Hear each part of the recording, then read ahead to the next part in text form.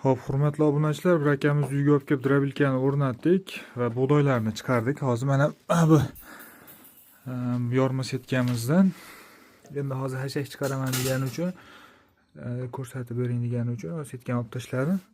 Mana bu esa bug'doyda chiqqan holat. Ko'rishingiz mumkin. 6,5 kilovatlik Alfa Grand motor, mis motor. Drabilka esa po'lat. Akalar mosh qo'yar ekan.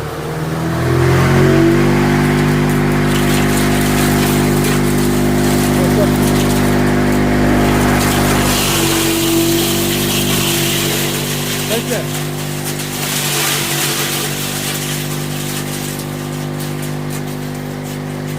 Ikkiga bo'lib tashlang o'sha. Ha.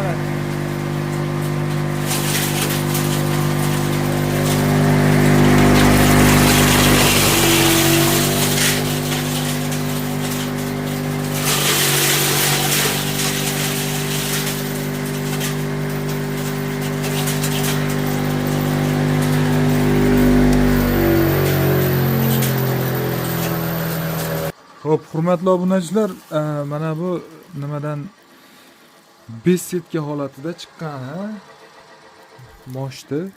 Hozir mana shuni mol yeladimi aka, yiriklik qiladi? Nima? Ha.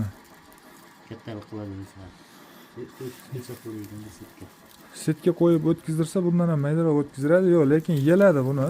Chunki men juda ko'pchilik uyga olib kirib drabilka o'tkazdiraman, setkasini qo'ymaydi-da. Shunda 5 setka beradi. Qarayman-da, tamasi birda yashib tashlamayman. Shunaqa, bir setkalarga qo'yib o'zingizga o'tdi, legirovkasini qilaverasiz. Aka, endi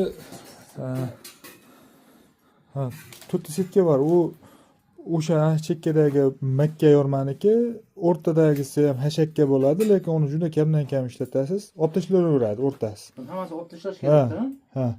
Bu narigisi aka makka, narigi katta. O'shani ishlatishaman mana shu. Aksariyat hollarda mana shu setka. Ha, hashakdik. Aka, qalay, drabilka ma'qulmi sizga? Bo'ldi, buni bir ishlatib ko'rdik. Ishlash aparatlari zo'r. Necha volt tok ko'rdik aka?